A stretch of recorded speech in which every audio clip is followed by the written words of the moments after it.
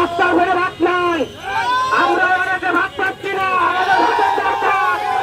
আমাদের সামনে এত গাড়ি ফেলে বাংলাদেশের স্কুল কলেজ, চিকিৎসালয়, বিদ্যালয়, মহাবিদ্যালয়, মিল ফ্যাক্টরি, ইন্ডাস্ট্রি। অত্যন্ত আন্তরিক নেতা ফরিদ ভাইকে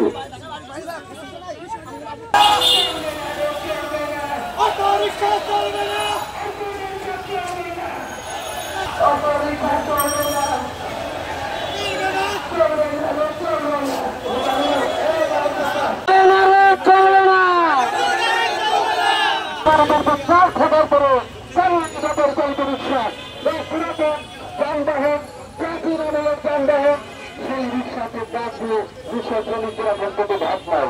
আমাদের 1 নম্বর দাবি স্বৈরাচার শেখ হাসিনা পতন, আন্দোলনের শহীদ সকল রিক্সা আহতদের ভ্যান ও আহতদের চালকদের তালিকা প্রকাশ করতে হবে এবং তাদের পরিবারকে রাষ্ট্রীয় সহযোগিতার আওতায় আনতে হবে।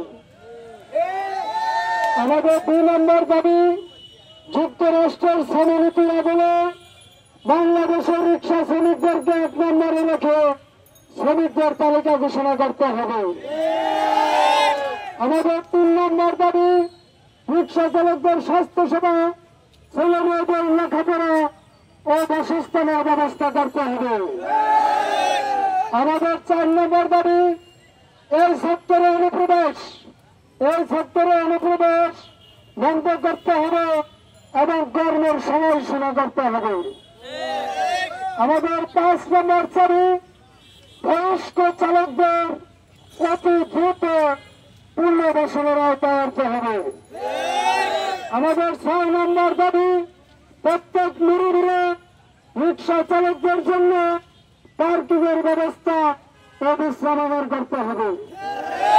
আমাদের 7 নম্বর দাবি তাদের যারা শারীরিক নির্যাতন, মার্কেট বা শপিং মলের গেটের দ্বারা অশ্লীল আচরণ বন্ধ করতে হবে।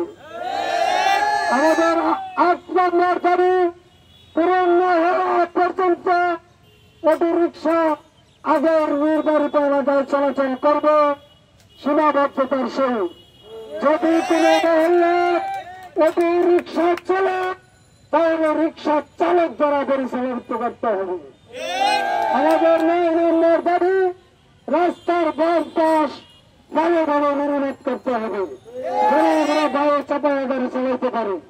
আমাদের 10 নম্বর দাবি স্বাধীন দেশ সংস্কার কাজে রিক্সা চালকদের সঙ্গে আলোচনা করে পুনর্গঠন এবং সংস্কারের কাজ করতে হবে এবং সবাইকে ট্রাফিক আইনের প্রশিক্ষণ দিতে বাধ্য করতে হবে।